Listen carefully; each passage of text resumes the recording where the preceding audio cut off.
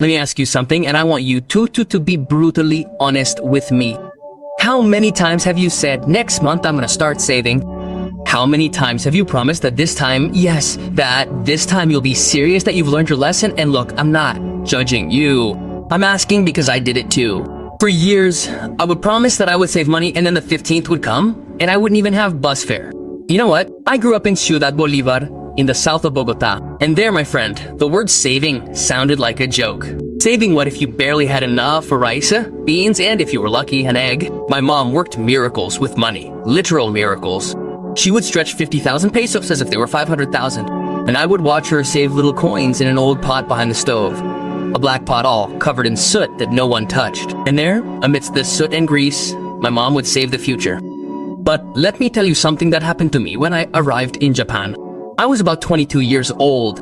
I had already been working in a factory for a while, and one day, my Japanese boss, an older gentleman who barely spoke, called me into his office. I thought, they're gonna fire me because that's how we Latinos are, right?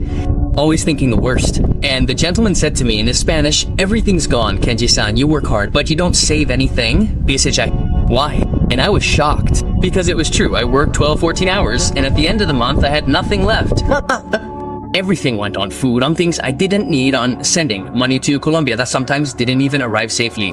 The Lord then looked at me and said something I never forgot. Money is like water. If you don't make a canal, it escapes.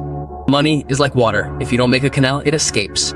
That sentence destroyed me because my whole life I had thought that the problem was that I didn't earn enough. That if I earned more, I would be able to save. That if I had a better job, I would be able to. That if I won the lottery, I would be able to. And the truth, the uncomfortable truth is that the problem wasn't how much money was coming in. The problem was that there was no channel, no system, no habit. And look, I know that you're listening to me right now and you're thinking, Kenji, you don't understand my situation. It's just that I don't have enough. It's that I have debts, I earn the minimum wage, and I understand you. I really do. But let me ask you an uncomfortable question. If tomorrow they told you that you had to pay $100,000 or your water would be cut off, would you get it? Of course you would. You sell something, borrow money, do whatever it takes, because when something is urgent, the money appears. The problem is that saving never feels urgent. You can always put it off for later. There's always something more important. The electricity bill, the kid's birthday, school fees, grandma's medicine. And so saving always comes last. There's always some left over, and guess what? There's never any left over. That's why today I want to talk to you about something that changed my life, something I learned in Japan, but that applies perfectly here in Colombia, Mexico, Peru, and any corner of Latin America where money seems to evaporate. It's called automatic saving, and it's not magic. It's not a trick for the rich. It's simply making a channel before the water gets to you. But before I explain how it works, let me tell you a story. In Japan, there's a savings method called kakeibo. It's pronounced kao, a small book for recording every single expense. Your morning coffee, your gum, your empanada, everything. And the idea is that at the end of the month, you can see exactly where your money went. When I started doing that, I almost had a heart attack. Because I realized that I was spending a fortune on things I didn't even remember, fast food I didn't even like, apps I never used, subscriptions I forgot about, things I bought on impulse because they were on sale. And when I added it all up, it was like $300,000 a month. $300,000 that I was losing without realizing it. $300,000 that could be building my future. And that's when I understood the first principle of automatic saving. It's not about earning more. It's about seeing more. Because when you see where your money is going, you start to make different decisions. You no longer buy on impulse. You no longer get carried away by false offers. You no longer spend your paycheck the same day it arrives. But seeing is not enough because willpower is like a muscle that gets tired. You can resolve not to spend on unnecessary things. But Friday comes, you're tired, you go to the mall, you see something you like, and boom, the money is gone. That's why the second principle is even more important. What you don't see, you don't spend. Let me explain. In Japan, companies have a system where automatically, before you receive your salary, a percentage goes directly to a savings account. You never see it, never touch it. It's as if that money never existed. And so you learn to live with what's left. And the incredible thing is that the brain adapts. If you earn $1 million and you get $1 million, you spend $1 million. But if you get 900,000, you spend 900,000. The brain adjusts. And that's what you have to do, not wait until you have extra to save. Save before it arrives. Make saving automatic, invisible, so that it doesn't depend on your will, your mood, or whether you had a good day or not. How do you do this in practice? Look, it's easier than it seems.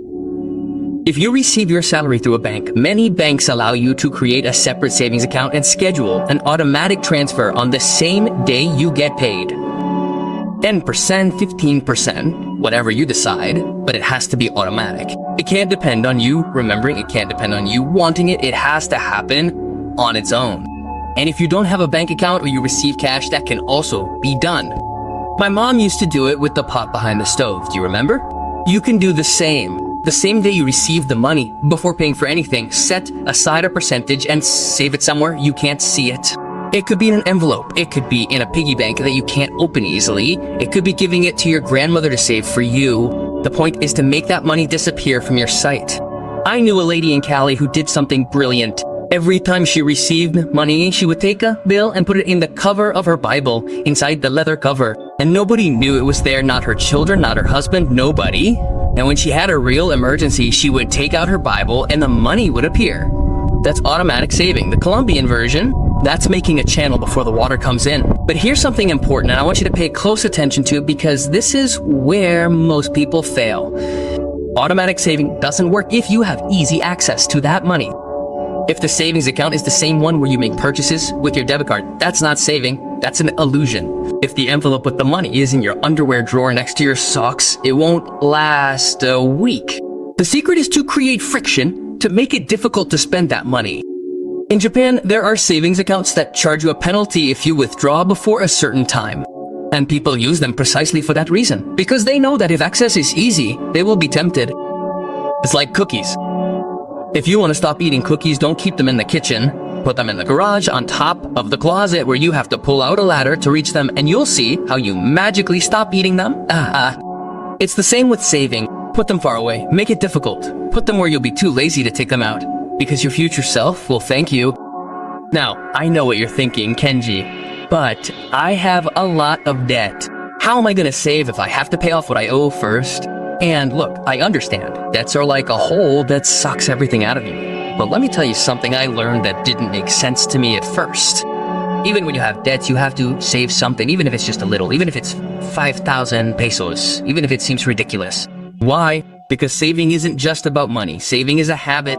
Saving is an identity. When you tell yourself, I am a person who saves, something changes in your brain. You start making different decisions. You start seeing opportunities that you didn't see before. You start feeling like you have control over your life. And that's what debt takes away from you. It doesn't just take your money. It takes away your sense of control. It makes you feel like you're trapped, like there's no way out, like you're always going to be running after money. And when you start saving, even if it's just a little bit, you start to regain that control. You start to feel like you decide that you're in charge, that you're the owner of your future. Let me tell you about my friend Roberto. Roberto lived in a neighborhood in Medellin. He worked as a street vendor and he had debts everywhere. Credit cards, dribs and drabs, loans from relatives. The man was drowning, and one day I told him about automatic savings, and he laughed at me. He said, Kenji, you're crazy. I don't even have enough to eat and you're talking to me about saving. But Roberto did something. He started saving 1,000 pesos a day. 1,000 pesos was the cost of a red wine with cassava bread. No one would miss those missing 1,000 pesos. And he kept them in an empty soda bottle that he filled with plaster on one side so that he couldn't take the coins out without breaking it. 30,000 pesos by end of month. At the end of the year, he had 360,000 pesos. And with that, he paid off one of his small debts. And when he paid off that debt, something changed. He felt that he could, that he was capable, that he wasn't condemned to always be on the run. And he started saving more and paying off more debts. And today, 5 years later, Roberto has his own business, a fast food stand in the center, and he automatically saves 20% of everything he earns without thinking about it. Roberto told me something that I've never forgotten. Kenji, I used to think that saving was for people with money, Now, I understand that having money is for people who save. I used to think that saving was for people with money. Now I understand that having money is for people who save, and that's exactly what I want you to understand today. Saving is not the result of having money. Saving is the cause of having money. It's the channel that keeps water from leaking out. It's the habit that builds the future. But let me tell you about the third principle, because this is the one that connects everything and is perhaps the most Japanese of all. It's called starting small. In Japanese, there's a concept called crecen, which means continuous improvement. The idea is that you don't have to change everything at once. You don't have to be perfect from day one. You just have to improve a little bit each day. When I started saving in Japan, my boss told me to start with 1% of my salary. 1%. That was like nothing, it was just a few coins. But he said, start there next month, go up to 2%, then to 3%, little by little. And I listened to him, and something incredible happened. Since it was so little, it wasn't hard for me. I didn't feel like I was sacrificing. I didn't feel I was depriving myself of anything. It was easy. It was sustainable. And after 6 months, I was already saving 10% without realizing it. After a year, it was 15%. After 2 years, it was 20%. That's the trap of people who fail at saving. They want to start big, they say. I'm gonna save 50% of my salary. Then they do it for a month, 2 months. And then they burst because it's too much, because it hurts, because it's not sustainable. Saving is not a sprint. It's a marathon. And in marathons, the winners are the ones who know how to manage their energy, the ones who start slow, the ones who are patient, the ones who understand that one small step each day takes you further than a race that leaves you breathless.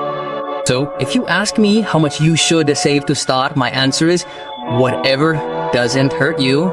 If it does, it's too much. Start with something so small that it seems ridiculous, and then gradually increase it month by month, step by step. Now let me tell you something deeper, because up until now, we've talked about techniques, systems, and methods, but saving is not really about money, it's about self-love and respect for your future self. In other words, I'm worth enough to build a better tomorrow. When I was growing up in Ciudad Bolivar, there were a lot of people who lived day by day. And I don't judge them, because when you're surviving, you don't have time to think about the future. But there was a very common mentality that was really hurting us.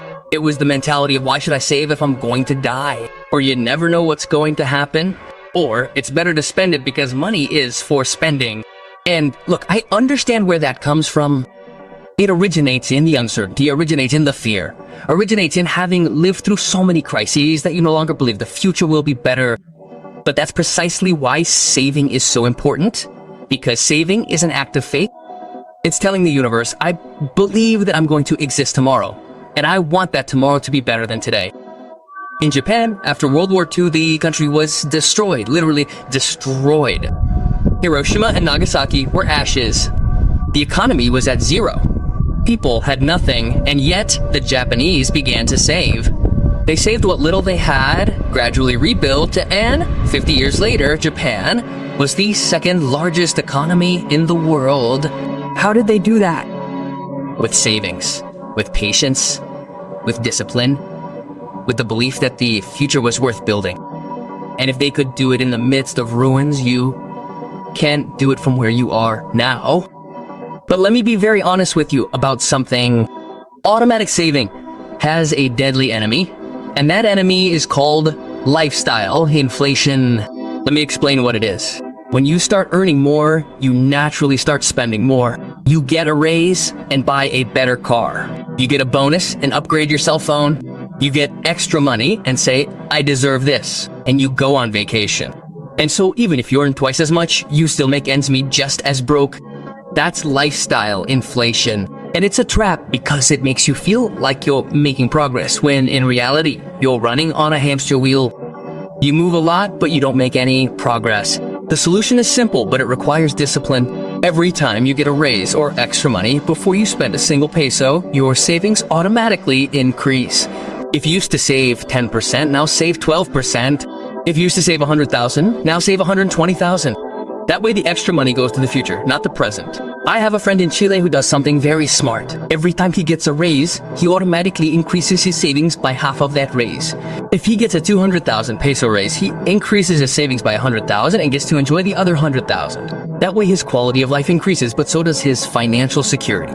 It's a balance. Now, I want to talk to you about something that is almost never mentioned when talking about saving, and that is the question of why. Because saving for the sake of saving is pointless. Saving is a tool, not an end in itself. And if you don't know what you're saving for, you'll quickly lose motivation. In Japan, people save for very specific things. They save for their children's college. They save for old age. They save for medical emergencies. They save to buy a house. Each goal has its own savings, and that gives meaning to discipline. I'm going to recommend that you do something very simple but very powerful. Give your savings a name. Don't call them savings. Call it my daughter's college fund. Call it my own house. Call it financial freedom. Call it emergencies so that no problem keeps me up at night. When savings have a name, they have life. And when they have life, you defend them as if they were someone you love. My grandmother had a little milk jug where she kept money, and that little jar had a note stuck to it that said, "For when the little girl gets married." She was my mom, the Chinese girl. My grandma kept her in that jar for 20 years. And when my mother got married, my grandmother handed her that jar with tears in her eyes. There were more than 2 million pesos in there. Coin by coin, peso by peso. 20 years of love turned into money. That's what saving is. It's not stinginess, it's not fear, it's love made real. It's today's sacrifice for tomorrow's blessing. It's telling someone, even yourself, you matter so much that I'm willing to save today so that tomorrow you'll be better off. So, when you think about automatic saving, don't think about deprivation, don't think about sacrifice, think about construction, think about love, think about the future. Now, before I finish, I want to leave you with something very practical, a concrete action plan so that you can start tomorrow, because ideas without action are just entertainment. And I'm not here to entertain you, I'm here to transform you. Step 1. Tonight, before you sleep, calculate your monthly earnings. If you have a variable income, take the average of the last 3 months. You only need a rough number. Step 2. You're going to decide on a small percentage that doesn't hurt you to start saving. If you've never saved before, start with 3%. If you already have a habit, start with 5 or 10. The important thing is that it's something you can maintain without suffering. Step 3. Tomorrow, before you do anything else, you're going to create the channel. If you have a bank, set up an automatic transfer the same day you get paid. If you don't have a bank, get an envelope, a piggy bank, a jar, whatever, and decide exactly how much you're going to put in there every time you get paid. Pay. Step 4. Give that savings a name, write it down, stick it where you'll see it so that every time you look at that piggy bank, you'll remember what you're doing it for. Step 5. Review and adjust every 3 months. If you feel like you can raise the percentage a little, raise it. If you feel like it's too tight, lower it a little, but don't stop doing it. The key is consistency, not the amount. And here comes my challenge for you. I want you to practice automatic saving for the next 90 days without fail. 90 days, 3 months. It doesn't matter how little it is. It doesn't matter if you start with 1,000 pesos daily or 10,000 pesos every 2 weeks. What matters is that you do it every day, every 2 weeks, every month, without fail, without. And I want you to tell me at the end of those 90 days how much you managed to save. Not because the amount matters, but because the habit matters, because identity matters, because in those 90 days, you are going to become a different person. You are going to go from being someone who says, I can't save, to someone who says, I am a person who saves, and that transformation is worth more than any amount of money. Look, I know it's tough out there. I know the economy is complicated. I know prices are going up and salaries are going down. I know there are days when you barely have enough, but that's precisely why you need a channel. That's precisely why you need a system that works for you, even when you're tired. That's precisely why saving has to be automatic. Because if you depend on your willpower, you're going to fail. Not because you're weak, but because you're human. And humans fail when we depend on willpower alone. But when we create systems, when we create channels, when we make things happen on their own, then the results come not because we're special, but because the system works. Imagine where you'll be in December 2026 if you start today. Think of opening that account, that piggy bank, that envelope, and seeing money inside. Money that you've built, money that represents your discipline, your perseverance, your self-love. Imagine the peace you'll feel knowing that if something unexpected happens, you have a cushion. Imagine the freedom of being able to say yes to opportunities that you can't even consider today because you don't have the means. That's what awaits you. Not because you're special, not because you're lucky, but because you decided to create a channel because you decided that the water of your money was gonna go where you wanted it to, not where the current took it. So my final question for you is this. Are you gonna continue letting your money slip through your fingers like water, or are you gonna build a channel today and start watching your future grow? The decision is yours. The system is simple. The time is now. Don't wait until you earn more. Don't wait until you pay off all your debts. Don't wait until conditions are perfect, because conditions are never going to be perfect. And if you wait until everything is perfect to start saving, you'll be waiting your whole life. Start today. Start small, start automatically, and in a year, you'll look back and say, that was the day everything changed. And if this message was helpful to you, if something I said today moved you inside, I want to ask you a favor. Don't like it yet. First, do something. Schedule your savings, create the channel, put the first peso in that piggy bank, and when you do it, when you really do it, then come back and like it. Let the like be proof that you took action. Not an empty promise, but a concrete action. And if you really want to commit, leave a comment that says, I accept the 90-day challenge. That way there is a record. That way there is a witness. That way there is a public promise that will remind you that I mean this. Subscribe if you want to continue growing with me, because this is not the end, it is the beginning. And in the next videos, we are going to continue building. We are going to talk about how to eliminate debt, how to multiply those savings, how to invest so that the money works for you, Ali. But it all starts here. It all starts with the channel. It all starts with the habit. Because at the end of the day, my friend, money is not the goal. Freedom is the goal. Peace is the goal. Being able to sleep peacefully, knowing that no matter what happens, you are prepared. That is priceless, and that starts today. I've done my part. I gave you the tools. Now it's your turn. What are you gonna do with them? I'll see you in the next video. But more importantly, I'll see you in December 2026, celebrating what you've built, because I know you're gonna make it. I know this because the simple fact that you've made it this far means that something inside you is ready to change. And that something is more powerful than any obstacle the world can throw at you. Take good care of yourself, save a lot, and remember, money is like water. If you don't make a channel, it will run away, but if you do, we can water entire gardens.